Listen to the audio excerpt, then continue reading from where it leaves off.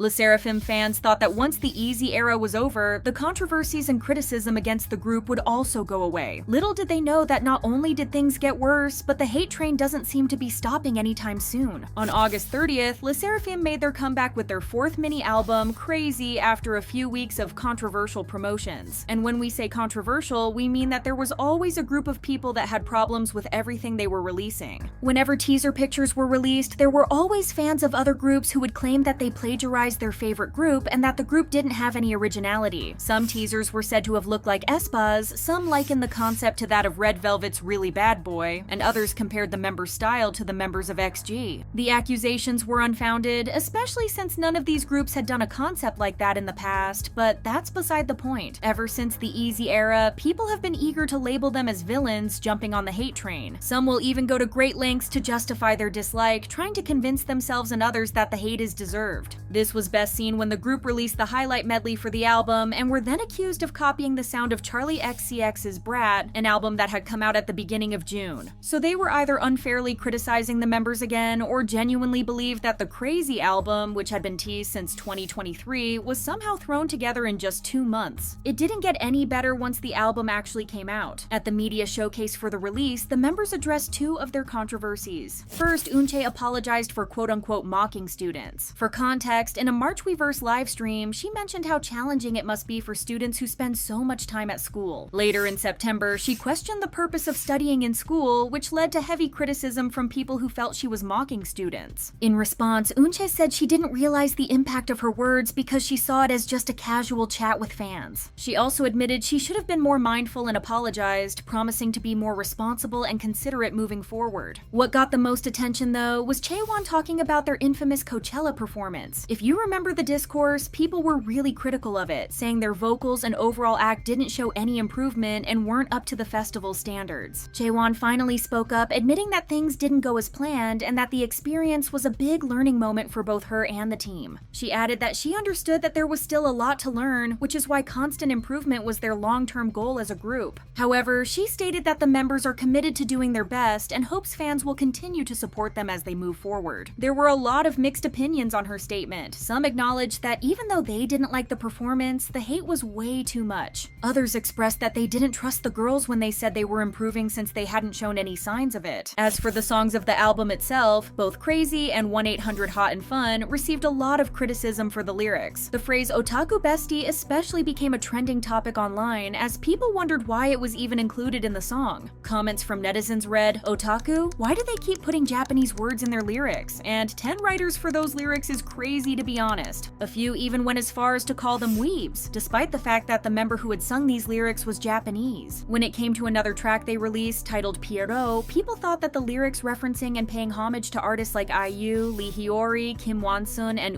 Jung-hwa were kind of cringy and outdated. Some people even claimed that SSERAFIM hinted in the lyrics that they might reinvent themselves someday, just like the artists mentioned in the song. Others argued that they're not the first nor the last K-pop artist to have corny lyrics in their songs, so the whole thing wasn't as big of a deal as it was being made. There were also, of course, plagiarism accusations once again, as a TikTok user pointed out that 2 of the scenes in the music looked identical to a video that Kendall Jenner did for Reserved's Autumn-Winter collection back in 2019. The music video clearly drew inspiration from Reserved's video without copying it directly. Again, SSERAFIM isn't the first group to reference the work of someone else, and they certainly won't be the last, so making a big deal out of nothing is counterproductive. On a related note, there was plenty of discourse over their live performances, which was expected considering how high expectations were. With the Easy Encore, the Coachella stages, and the constant statements from the members saying that they were practicing and improving, everyone's eyes were on them. And they didn't disappoint. Their first performance was on KBS Music Bank, and it was obvious that the mics were on the entire time. You could clearly hear their voices, and Kazuha's claps were also heard loud and clear at some point. But even though this is what the public has been asking of them, they still have a lot of thoughts, and they aren't positive. A few argued that they used a pre-recorded live AR, some said that they sounded out of breath, while others called their concept was lacking in general. Still, the majority of people agreed that the girls had shown improvement and were finally performing live, meeting the demand that had been growing for months. The biggest worry about the comeback was its poor performance with low stream counts and sales figures. According to a post on the online forum Theku, Crazy went down by 31 places on the Daily Melon ranking, which is a pretty big downfall for a group of their caliber, so why did it happen? Well, netizens have different explanations for this, including the situation between Hybe and Min Hee-jin, their singing controversy, the song not being generally public-friendly, and so on. Some listeners weren't concerned, suggesting that SSERAFIM are one of those groups who tend to climb up the chart slowly. However, as of September 3rd, they have dropped another 3 spots on Melon and are now at number 76, so it's left to be seen whether they will top the charts once more or if they will have their first quote-unquote flop comeback. Their sales have been even more disappointing, which has raised discussions over whether SSERAFIM is falling off or not. To be more exact, on September 3rd, a netizen made a post about the group's 4th-day sales, showing that there was a stark drop compared to their previous albums, Unforgiven and Easy. For example, their debut album, Fearless, sold 176,861 copies. Following that, Anti-Fragile saw 408,833 copies sold, and Unforgiven peaked at 1,024,034 copies. Easy wasn't as successful as the other ones, but it still managed to sell a notable 783,358 copies. In stark contrast, Crazy only sold 195,264 copies on its first day, less than a quarter of their last album's first-day sales. It's not like the numbers are low on themselves because selling 200,000 albums is an impressive feat in itself, but when you compare it to their previous ones, you can understand why people are shocked. However, fans claim that there's an explanation for that. Hanteo charts froze for 6 full hours, and when they finally updated, sales suddenly jumped by 200,000. This clearly points to a glitch in the chart rather than a real drop in sales. Even with all these problems that started before the album even dropped, the biggest controversy surrounds accusations that Eunchae mistreated staff. On September 1st, online communities were filled with screenshots from Hybe staff members' social media posts. In the pictures, the employees showed how Eunchae had stuck stickers with her face and the word crazy on their personal items like tumblers, laptops, and spray bottles to promote the comeback. She even signed a staff member's Stanley Cup. The staff members playfully wrote about how Eunchae had turned them into her victims, saying that she had done so when they were distracted. This should have all been taken for what it was, a funny moment between the staff and Eunchae, as they were obviously amused and endeared by what she did. However, netizens ended up being offended in the name of staff, hurling some of the most outrageous accusations at Eunchae. One commenter said that they would be very pissed off if someone added a sticker to their private property and signed it. Another claimed that Eunchae had created a lot of problems for the employees and for herself by placing the stickers there. A user also said that she was power tripping the staff, as they wrote, "Do you think when Eunchae asks the staff if she did anything wrong, the staff member would be able to say so? She keeps acting this way because no one can tell her she's wrong." As you might have guessed, the issue wasn't as deep as they thought it was. The group's performance director, the one who Stanley Cup Eunchae had signed, said that she was the one who had asked for it. She asked the public not to misunderstand and said that she was carrying it around all day. Following the clarification, many were furious at the double standard. They argued that male idols always get a pass for their actions, while a female idol is unfairly labeled as a power-tripping villain just for sticking a few stickers around. Despite any criticism they face, the members of SSERAFIM continue to grow and improve, and in the end, they won't be defined by the negative labels people try to put on them.